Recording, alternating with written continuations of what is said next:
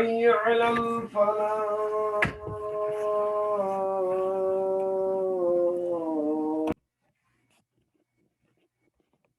Okay. Bismillah ar-Rahman ar-Rahim. Alhamdulillahi Rabbil Alameen. والصلاة والسلام على أشرف الأنبياء والمرسلين نبينا وقدوتنا محمد عليه أفضل الصلاة وأزكى التسليم. اللهم علمنا بما ينفعنا وانفعنا بما علمتنا وزدنا علما يا رب العالمين. Assalamu alaikum wa rahmatullahi wa barakatuh. Everybody, welcome. Again, apologize, just the nature of the prayer times here. We're just running up against it a little bit. So sorry for the delay. We also had some visitors from out of town. I just had to see them on their way. And we're up and running. So we have reached an exciting milestone when it comes to our Arabic journey. And that is that for some of you, depending on how they've split up the books, we've completed the first book. The way that I have it in my books, it wasn't, it's not split up like that. We're still in the first book, but hey, we'll take the milestones where we can get them, inshallah. It's certainly an accomplishment. We've successfully hurdled an important hurdle, which is basically possessive construction in its various forms. One of the types of possessive construction, the very beginning, the mudaf ilayh, that was an important hump to get over. And the secondary kind of addendum onto that, which is adding possessive pronouns to things, which is also a relationship in the genitive case, mudaf ilayh, just as important to get down. And so now we're going to get into a little bit more difficult things, which is exciting. And if you're really looking for a challenge, I will do this. Plug an enrichment opportunity we have for the more advanced students. If you're looking for a challenge, I'm going to start translating some audio clips, me and some other students of Sheikh Abdullah Shinqiti, one of the foremost professors and educators and scholars in tafsir in the Muslim world, and my personal sheikh from my time in Medina. We're translating some of his audio clips into various languages, obviously mine being English. So every week, tackling one or two small 1, 2 minute, 3 minute tops audio clips and translating them into English will be a really, really nice kind of enrichment activity for people who are looking to get into translation. They're learning to expand their vocabulary in a really, really like hands-on and practical way. Then that is sort of an opportunity that I would encourage you to avail yourself of. So now that we're fully up and running, okay, let's get it. So الدرس الحادية عشرة, and don't worry about the numbers. This translates as to the 11th lesson. Okay, you're like, how on earth does that mean the 11th lesson? Don't worry about it. We're not there yet. We will learn numbers, and I will forewarn you without trying to intimidate you that numbers are one of the more complicated and less sensical things in the Arabic language. But that's for another day. Right now, we're still working. We are still working with. Oh yes, great. Okay, so the Sayyids, they sent a message saying that that's a very nice opportunity that we're down. So if you're interested in it, just pop me a message. I'll try to keep everyone in mind, and we'll find a time that works for everybody, inshallah. And it won't be, like we're saying, like once a week. It's basically like one extra class session per week, and it'll be very different. We won't be in this book. We'll be listening, so we're building our listening, and then kind of walking through it together, especially in the beginning, inshallah. So this one, الدرس الحادي عشرة, the 11th lesson, Bayti, my house. Okay, I need a volunteer to read. Well, let's see. Yeah, I think we're going to need, I'll go down the list and we'll break it up. How about that? So first paragraph. Oh, look, we're on paragraphs now. First paragraph. Someone from the Sayyids.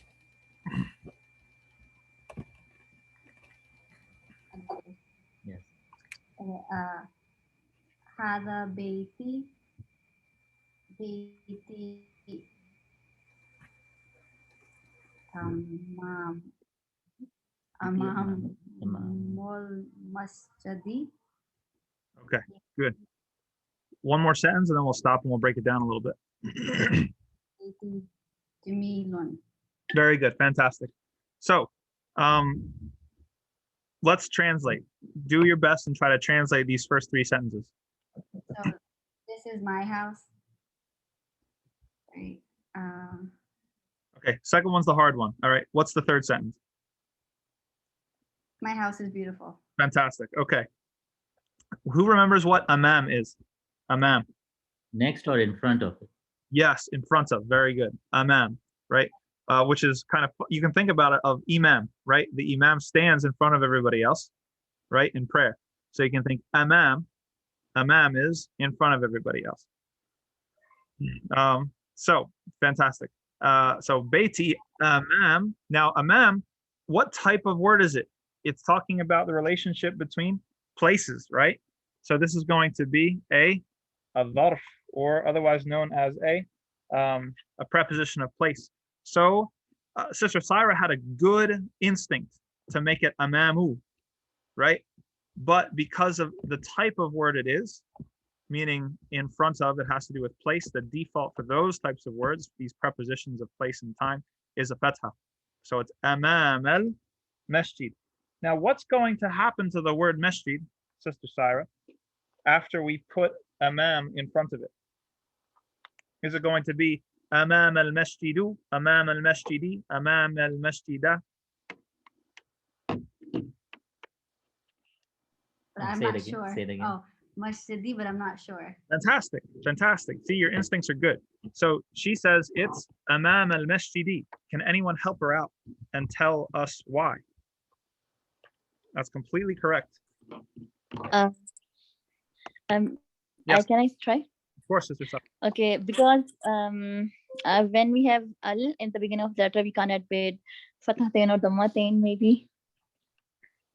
So you're saying that the alif lam in front of masjid is responsible for making this with a kasra and masjidi? No, actually, that's not the thing. No. Good, because that would be wrong. Yeah, that would be wrong. I just thought of the end word not having fathatain or dhammatain or kasratain. Yeah, that's no. Good. No, you're halfway there. You're halfway there. So what Sister Sahara is saying is that because it's alif lam ta'rif, alif lam, the definite particle, which means the, that means there's not going to be two of them, right? So no two kasras, no two fathas, no two dhammas. Fantastic, 100% right. But why is it a kasra instead of a dhamma or a fatha? That's what we're looking for. Is it because it's a preposition? Yes, fantastic. So the idea of a preposition is place, right? And back to our language theory, genitive case is always used for relationship between two nouns, place, time, possession. Those three: place, time, possession. We're talking about place. This is the genitive case. The genitive case in Arabic is called majroor. And so the word in the genitive case is going to have a kasra. Fantastic. Amam al-masjidi bayti jamilun. Okay, Sister Syra, keep going to the end of the line. Let's go just to the end of the line and then we'll skip to somebody else. Okay.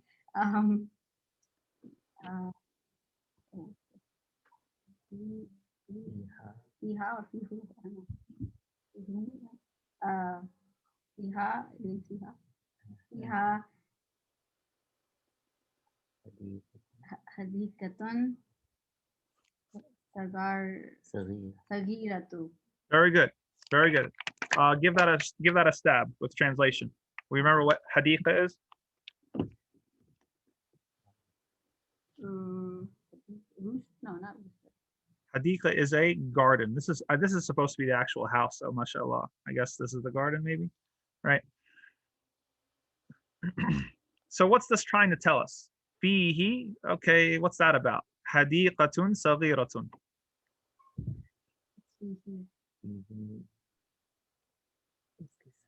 or next to. What's fi? Do we remember fi? In? Yeah. Okay, good. Oh, fihi. And I spilled the beans. I already corrected you on accident by saying fihi. We'll get into why in a second. Because you guys, I think, missed or one of the last two classes. I think we discussed this, but it's really, really important to go over again. So I'm glad that we will have the opportunity. So fihi hadiqatun saghiratun. What's that trying to say? Saghira means big. Oh no. I like the teamwork. Work together.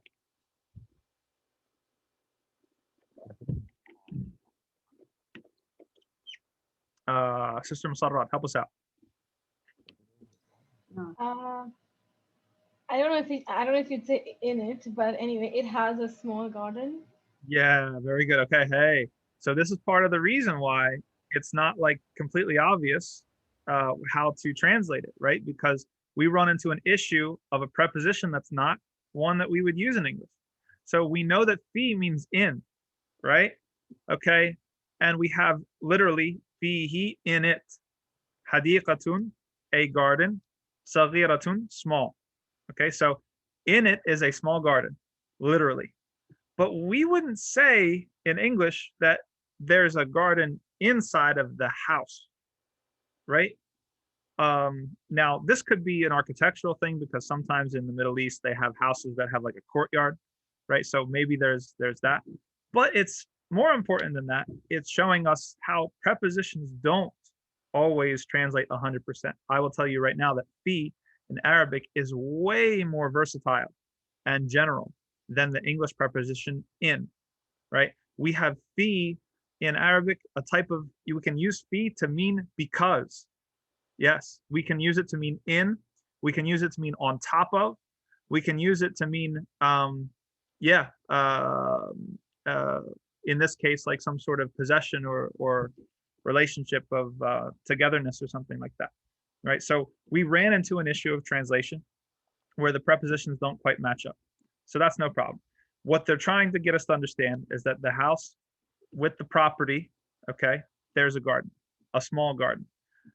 Hadiqatun is a feminine singular noun, and so saghiratun has to be corresponding to that, which is why saghiratun matches hadiqatun in the fact that it has tanween, the fact that it's dhammatan, the fact that it's feminine, and the fact that it's singular. All those four things that we talked about before. From a sentence point of view, okay, this is also an interesting construction we wouldn't necessarily say in English. Fihi hadiqatun saghiratun. We would say there is a garden inside of it, or there is a garden in it, or on it, right? And we have literally in it a small garden, or in it is a small garden. So be aware, this is part of training your ear, that there's certain styles and formula and things that are acceptable in one language that might not be acceptable in another language. This is a perfectly typical Arabic construction, and it sounds really wonky in English. And it's funny, actually, if you spend so much of your time, or if you spend some time around some people who are immersed in the world of Arabic scholarly literature, you'll find that sometimes they lose their ear for English sounding sentences, and they're really, a lot of their English sentences are actually kind of like Arabic sentences translated. We do this all the time in English. They say like, from amongst the benefits of the prayer, right? This is something that's a literal translation from Arabic in almost every single book in Arabic. That doesn't really sound very natural in English, but that's a side point. So good.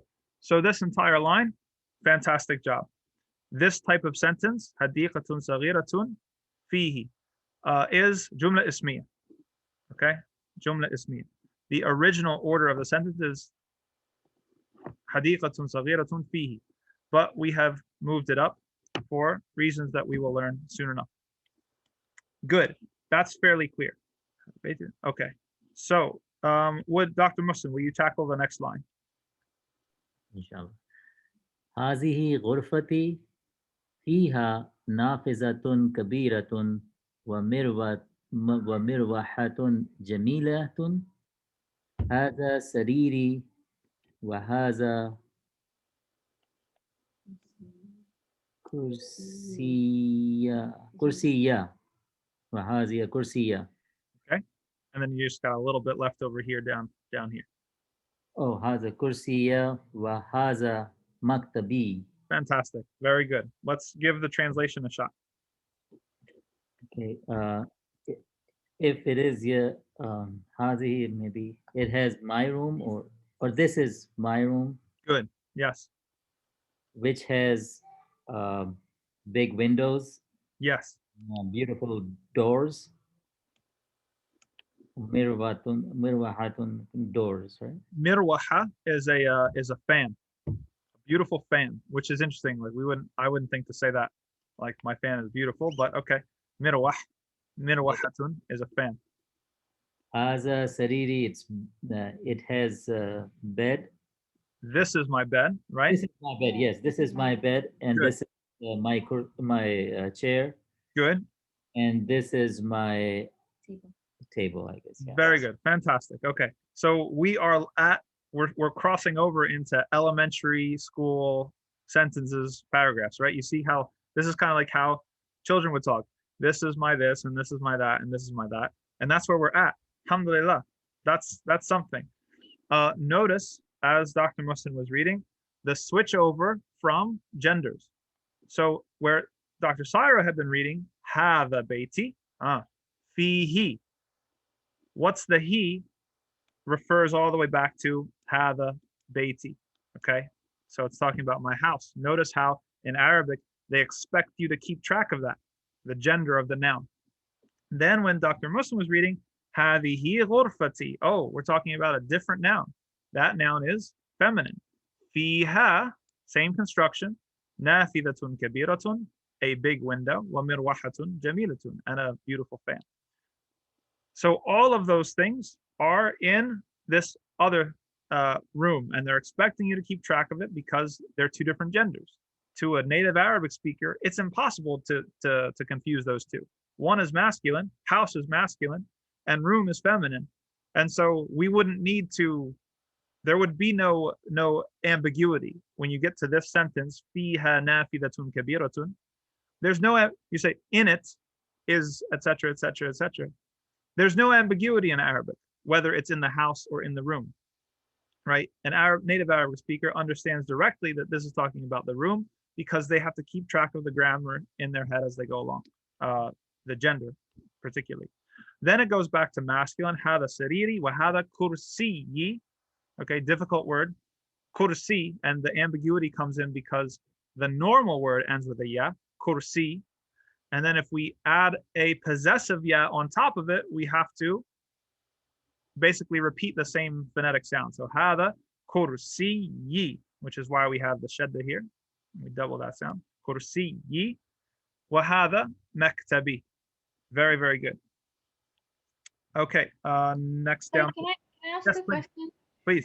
So a couple of weeks ago, when we talked about my two hands, we don't put two yas, we just put a shutdown.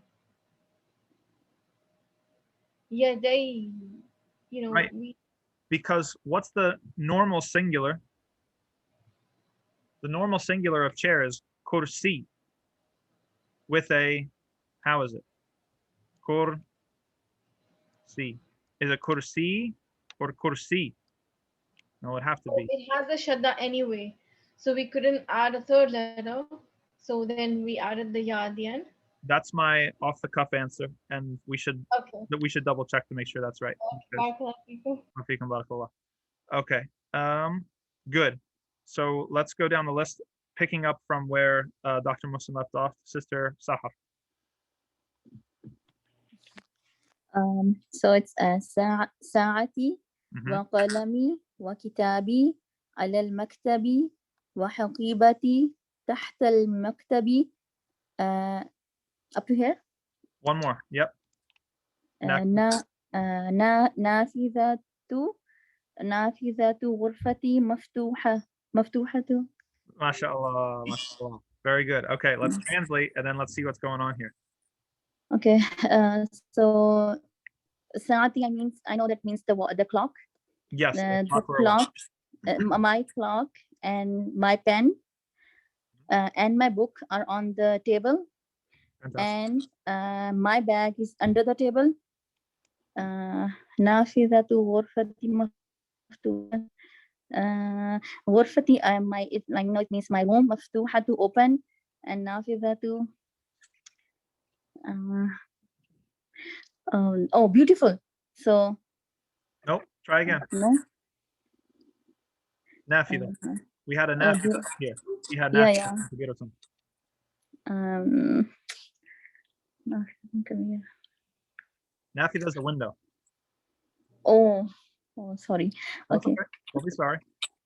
Okay, so نافذة window, غرفتي, my room of two. Okay, so the window and the window of my room is open. Oh, mashallah. Good. And I didn't hear you. What's the ending on maftuha? Is it maftuha? نافذة غرفتي مفتوحة. Maftuhatun, mashallah. Okay, very good. Fantastic. So let's go over what exactly is going on here. That's very good. And we'll see why that was so impressive when we get to it. So the first is easy. Sa'ati, my clock, my watch. Wa qalami, my pen. Wa kitabi, and my book. Simple enough. All that's the mubtada, right? Compound mubtada. We're just adding conjunction. Ala al-maktabi, and just like up here, amam al-masjidi, we have ala, which is going to be a preposition, right? Of place, means on top of. Ala al-maktabi, which is why maktab has a kasra at the end. Ala al-maktabi. New sentence, wa haqibati, and my bag. Don't confuse haqiba and hadiqa, right? Two very similar words. Hadiqatun, meaning my garden or a garden. Haqibatun is my bag. Tahta, which means underneath. We learned this preposition of place before. Al-maktabi, tahta al-maktabi. And here we have the same rule that we ran across with Dr. Syra about amam.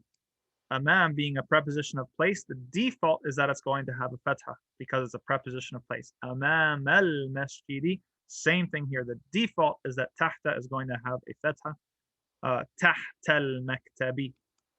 Now, the real impressive thing that Sister Sahab did, mashallah, tabarakallah, is this last sentence, because they threw you a curveball. But she was not thrown for a loop. She saw it coming. So she said, nafida two, just one dhamma, ghurfati maftuhatun.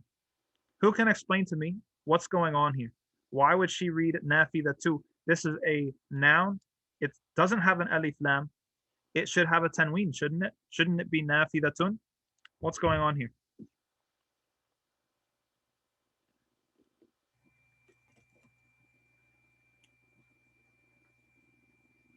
Brother Tamim, you with it? Are you able to participate today? Yeah, inshallah. What's going on? It looks to me like it is that way because it is possessed by the room. Fantastic. Yep, that's exactly it. Nafidatu ghurfati is mudaf ilay. Possessed and possessor. Why is it kind of hidden? Because this is also, ghurfa is also possessed, right? So we have a three-link chain where we have something in the middle and something on each end, okay? We have nafida over here. Nafida is mudaf. And in this case, it's the mubtada, or the beginning word of the mubtada, and so it's going to be marfu'. The second word, ghurfati, or I should say ghurfa, is mudaf ilay. It possesses nafida, right? So normally it would have kasra, but wait, not so fast. We have a third element, and that's the possessive pronoun ya, which means my. And this, in turn, possesses ghurfa. Now, this is fixed. It's mebni. Anything with a possessive pronoun my, e, is fixed, so we won't notice any grammatical changes on the end. This is why it was tricky, because it masked this reality, right? But we have a three-link chain here where this guy in the middle, ghurfa, is both mudaf in respect to the ya that comes after it, and it's mudaf ilay to nafidatu that comes after it. right? So we have a chain here. And if you really want to get into it, yeah, you could make a longer chain, right? My husband's sister's brother's cousin's, niece, right? We could keep on going down the line. And so you'd have multiple words that would be possessed in one respect and possessing in another respect. So that's what's going on here. And that's why nafidatu has to only have one dhamma, cannot have two dhammas. Nafidatu ghurfati. This is mubtada, all of it. Maftuhatun. And why I asked her was because this is the khabar. What we're talking about, the thing that we're talking about, the subject is the window in my room, what we would say in English. In Arabic, no, too many words. Say, my room's window. Yes, the room has possessions, just like you and I do, right? So again, file that away in your head that in Arabic, it's normal to say something like this. Nafidatu ghurfati. What's the information we want to say about that? Maftuhatun. It's open. Someone had a question? Yes. Yes. Assalamu alaikum. Walaikum salam. If suppose there is no ghurfati and it's only nafizatun maftuhatun, so then we say like that? Good, fantastic. That's a really, really good question in order to break it down and show what we're getting at here. So if we eliminated this entire word, it would be nafidatun maftuhatun. Exactly. An open window. That would not be a complete sentence, by the way, but it would have to be with a tanween, nafidatun. If we only got rid of the ya, then it would be nafidatu ghurfatin, right? It would be like this. And that would be the classic mudaf ilay sort of relationship that we had learned before, right? It would literally translate into the room's window. We just wouldn't be specifying any longer which room, whose room it is. The room's window is open. And we would, I guess, in that situation, we would assume that the context kind of explains which room we're talking about. But we have a third thing going on, which is the possessive pronoun ya. And so that is going to override the tanween, and it's also going to mask any other sort of grammatical changes, which means, to take Brother Muhammad Tariq's point a step further, what if there was a different possessive pronoun? What if there was a kaf, right? Your room. It would still be the same thing, with the exception that it would be nafidatu ghurfatika. So the ta is what would manifest the grammar, right? Mudaf ilay. And then the kaf is what's fixed, because possessive pronouns are fixed. Great. Any questions about that? If you understand that, then you are like fantastically on point for everything that we've done. Okay. If you don't understand it completely, still not a problem, because that's kind of like a cumulative distillation of everything that we've done so far with possession. Any questions about anything else before we proceed?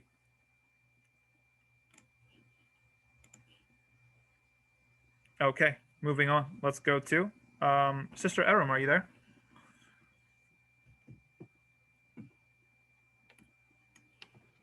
Hello, did you ask for me? Yes. Yeah, sorry. No problem.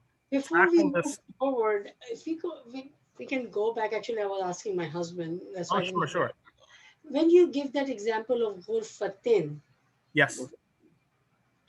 I hope I don't sound dumb, but why can't be ghurfatun in that construction? Fantastic. Thank you very much for asking that question. Not dumb at all. There is no such thing as a dumb question. Okay, so let's write it out just fully so that we can see what's going on. So let's imagine that we're going to erase the possessive pronoun. Okay. So we have nafida, and that's supposed to be something. Okay. I'm having a little trouble with my mouse here. Come on, mouse. Okay, so nafida, and then we have ghurfa.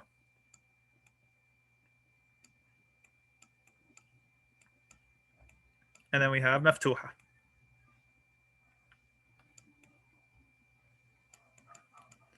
And as always, pardon my chicken scratch. Okay, so the first thing that we do is, what type of sentence is this? It is jumla ismiya. Easy enough. What are the two parts of jumla ismiya? Mubtada, khabar. Easy enough. Where is the mubtada? Where's the khabar? That's the next question we have to look at. Sister Adam, Yes. where's the mubtada and where's the khabar? Okay.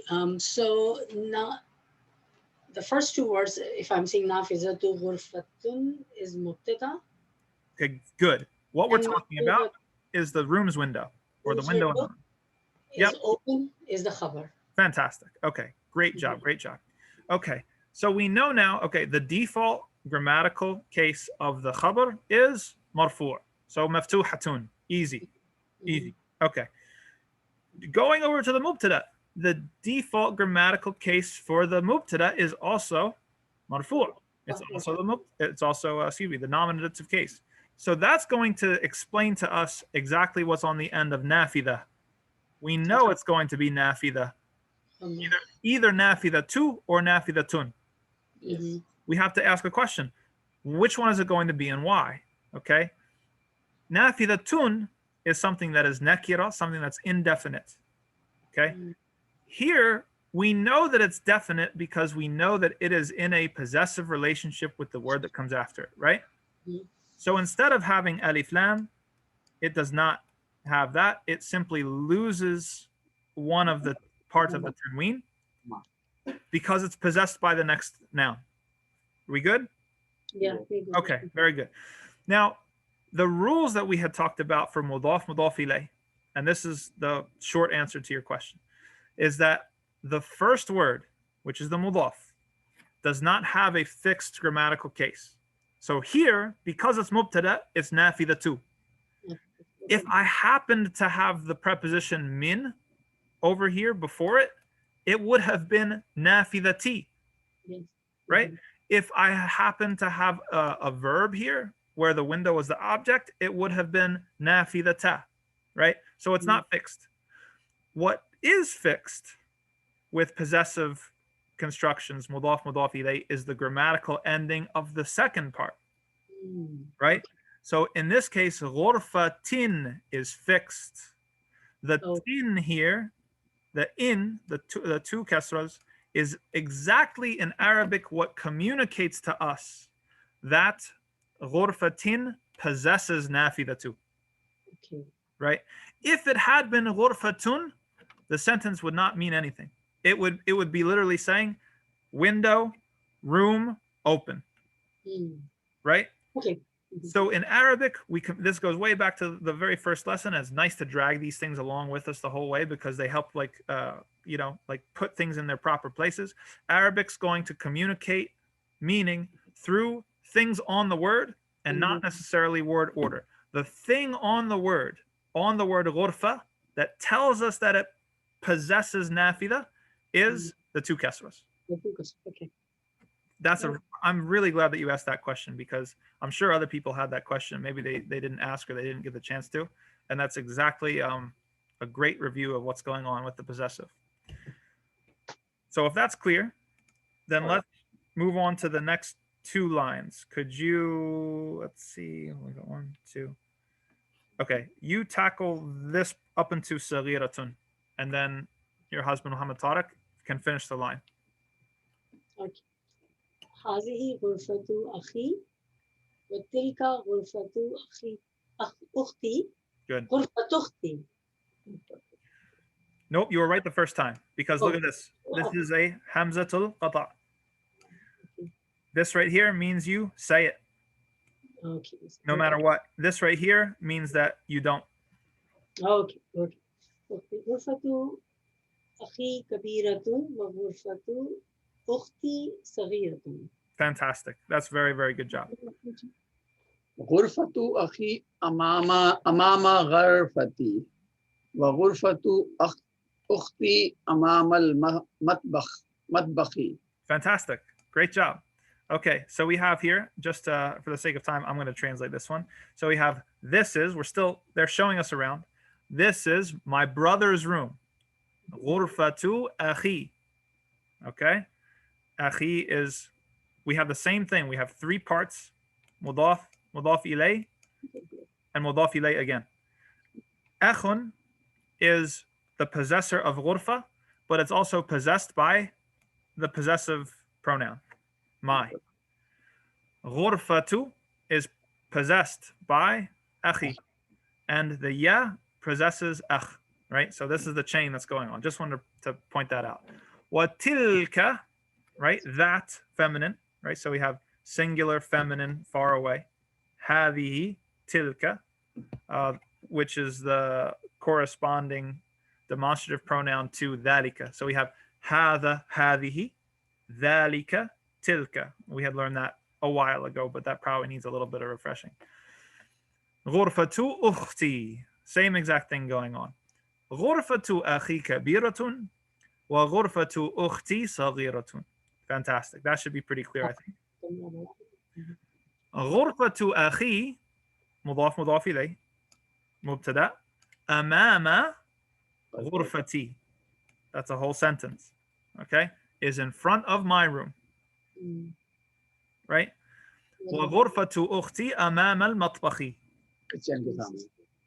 And my sister's room is in front of the kitchen. And that's purely coincidence, inshallah. Right? Good. Fantastic. Let's move on. Next person, I want to try to get to everybody before we split. Brother Tamim, next line.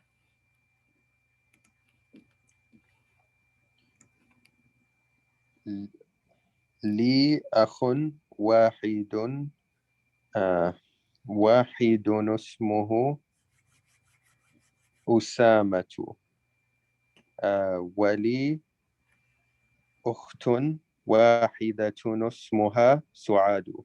Fantastic. Translate that for us.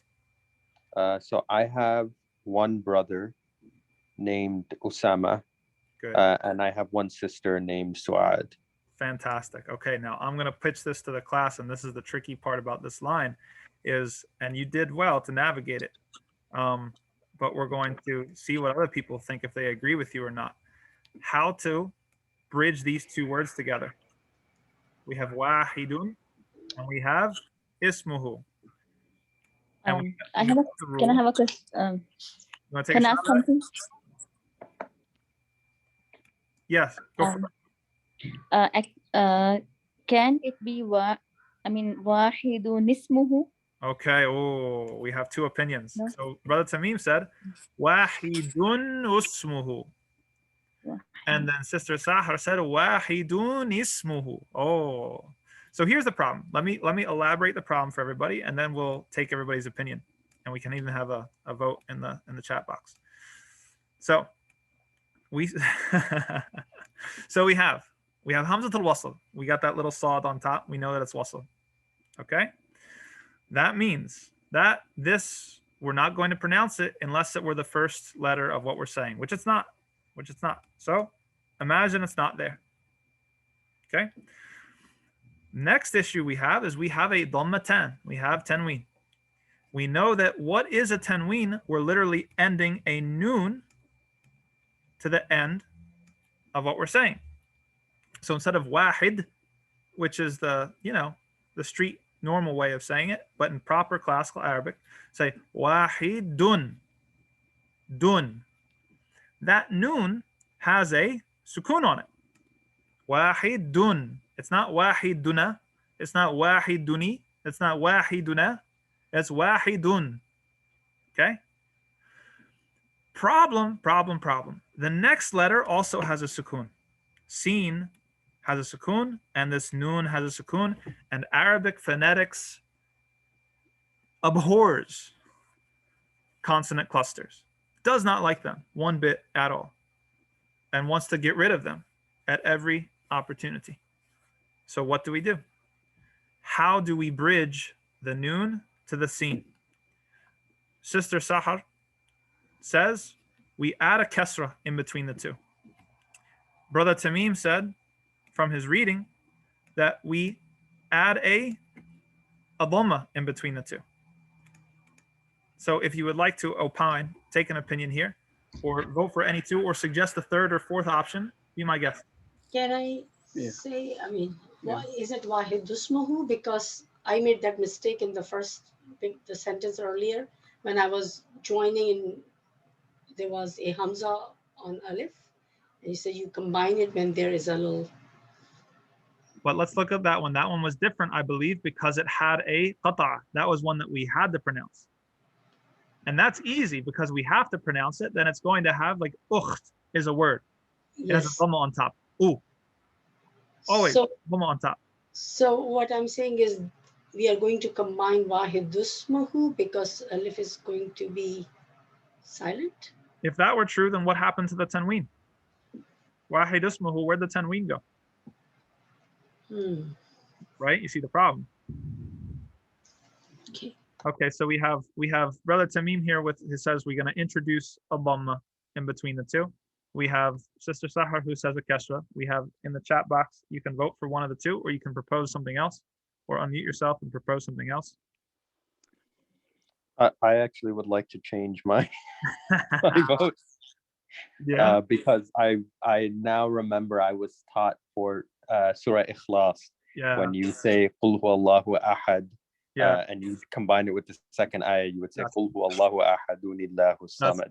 does everybody who's in Utica, you hear me recite Surah Al-Ikhlas almost always combining the two ayahs to teach people that this is a rule, right? So yes, we have consensus, alhamdulillah. The one position recanted, though I have to say, Sister Mustarrat, it's a question in legal theory.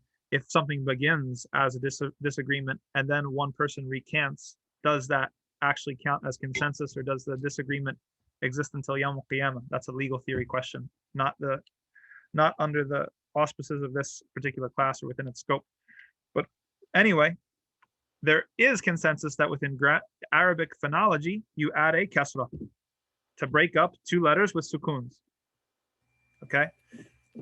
And what anybody who's here in Utica hears me recite the majority of the time, I recite Surah Al-Ikhlas, just like Brother Tamim was saying. We have this example, Qul huwallahu ahadun. Okay? And then the next ayah is Allahu Samad.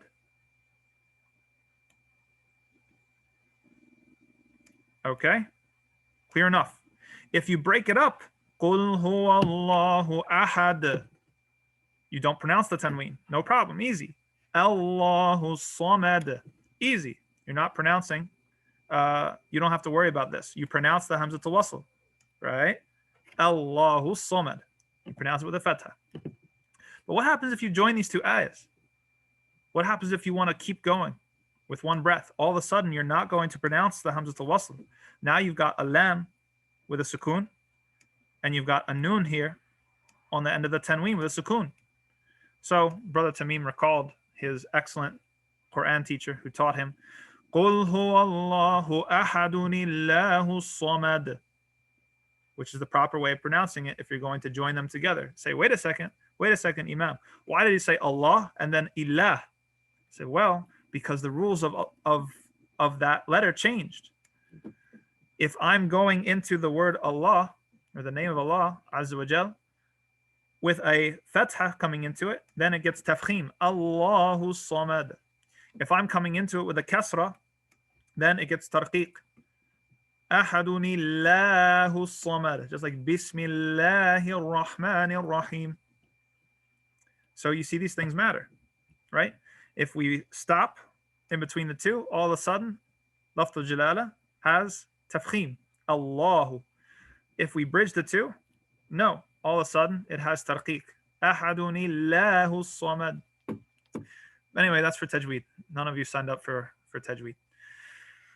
But it carries over into Arabic. So yes, so very good. So it would be wahidun ismuhu usamatu. And the same thing here.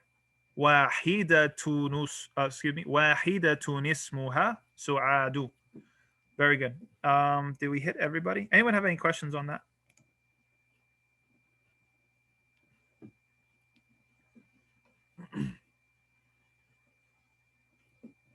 Okay. Don't worry, we're getting to you. We're gonna have everyone have a turn, and then we'll dismiss because I was late anyway today. Okay, so next line, Sister Musarrat. So لي أخو واحد لي أخو واحد We just did this one. sorry. That was the one Tamim did. We're on the next line. أبي وأمي في تلك الغرفة في تلك الغرفة الكبيرة. MashaAllah. Good. So go ahead, translate. Sorry. Go ahead, translate. My mother and father are in this big room, large room. Good. أنا أحب أبي وأمي. I love my mom and dad, my dad and mom. وأحب أخي وأختي. And I love my brother and my sister. Okay, mashallah, very good. Okay, That so was too easy. sorry? That was No, too that easy? was too easy. Yeah, well, you know, malish. Sometimes they're easy, sometimes they're hard. Good. Tilka is that, not this, though in English, you know, that's up for debate how we would translate it. But Abi wa ummi fi tilka al-ghurfati al-kabirati. My mother and my father are in that large room. And we're going to get into verbal sentences later. So don't really worry too much about ana uhibbu abi wa ummi. That's verbal, or it uses a verb, I should say, uhibbu, but we haven't gotten there yet with as far as conjugation, so no worries there. Ah, the Sheikh family did not have a turn. Okay, so let's have them. That's okay. Go on. No. Let's just do the first two. Read number one, Sister Asma, and number two, Brother Z, Dr. Zia, and then we'll call it a day. من في هذا البيت فيه حامد. Very good. What they're trying to show you here is that this is a phonetic harmony that's going on. Okay. So we talked about how possessive pronouns like who are fixed. By fixed, what we mean is that they're not going to change according to grammatical case, right? It's not going to change whether it's majrur or marfu or mansub. However, sometimes things can change for phonetical reasons. Okay. So what does that mean? That means that in order to make it sound good with fi, they're going to make it with a kasra, fihi, because fihu is repulsive to the Arabic ear. Fihu does not sound good. So they're going to make it fihi, not because there's any sort of grammatical thing going on, but just to make it harmonize the sound with fi. Good. And Dr. Zia, bring us home with number two. ماذا في الحقيبة فيها كتابي وقلمي ودفتري. Fantastic. And that's what's in the bag. In it is, we'll get into the translation tomorrow. We're over time. Anyone have any questions about anything?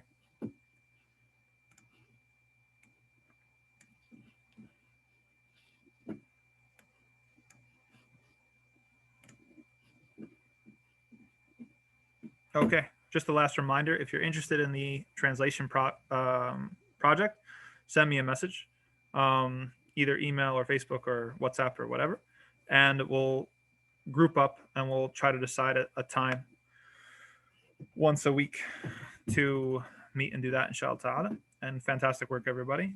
And I look forward to our next session, inshallah ta'ala. Assalamu alaikum wa rahmatullahi wa barakatuh.